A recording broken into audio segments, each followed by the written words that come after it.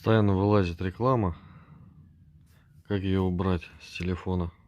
Телефон просто лежит и периодически выскакивает вот такой вот телефон ребенка. Постоянно игры качают, и вот как это убрать? Есть такое приложение, я уже скачал его.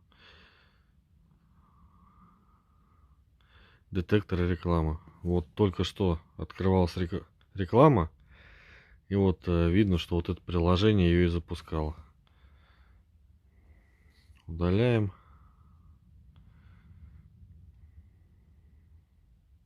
Удалено.